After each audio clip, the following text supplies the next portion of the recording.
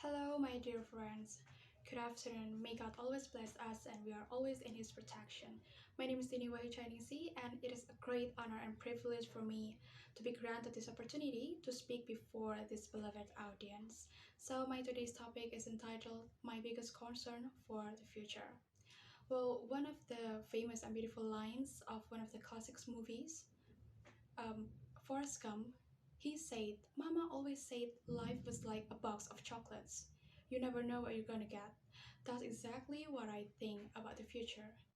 I will never know what kind of future I will face off, and the future is something that you cannot expect or predict it. It also reminds me of another classic movies, The Casablanca. Michael Curtis, the character on said, "Here's looking at you, kid. That's exactly what I think about my future." It gives me a sense that the future is always watching me around every single day. Every step that we took in our life, the future will always be there. It is also when you want to go to bed at night and before you sleep, you will think about many things, include your future. For example, like, what will I be in the future? Or just a random thought like, what will I eat tomorrow? Well, even tomorrow is the future, right? So if people ask me about my biggest concern, then my answer will be the happiness of my family and my success. So my today's topic will be divided into only two sections. Firstly, I would like to talk about my family, and my second concern is about my success. So I would now focus on my concern about my family, and I'll discuss about my other concern later after this. Well, growing up as the only one child in my family sometimes put me pressure to do the best one as my parents expected me to be.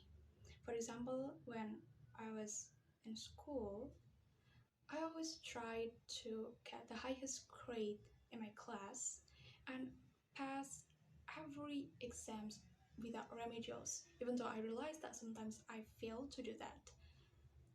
But at the same time, I also feel that I depended too much on them. As the time goes by and I'm growing older, I realize one thing. The most important thing about it is the family must come before all else. It is me that can make them happy as they only have me and I only have them. If it's not me, then who? I always hope that I can bring happiness to them, even though the worries about to fail will always possible. And as I mentioned earlier, that my biggest concern is also about my success. I think the happiness of my family will correlate with my success. Of course, the term of success is very broad, but what I expected about it is my career in the future, whether I can get a job I that fits with my desire, or whether I can enjoy it or not. At the time when I success, I consider it as one of part of the happiness. It is when my parents are proud about my great career. For example, maybe in the future I will become a businesswoman.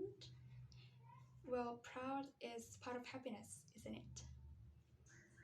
And having a great career will lead us to be able to have and buy many things. Let's not being a liar, okay? When we have a good career, it means that you can produce enough money to overcome the things that you cannot do in the past. That's what I hope about my success of my career, to produce enough money so that my parents don't have to work hard until their old age. And another success in my head is being able to go and to do anything freely. What I mean is that I can take my own decisions without being too much ordered by people.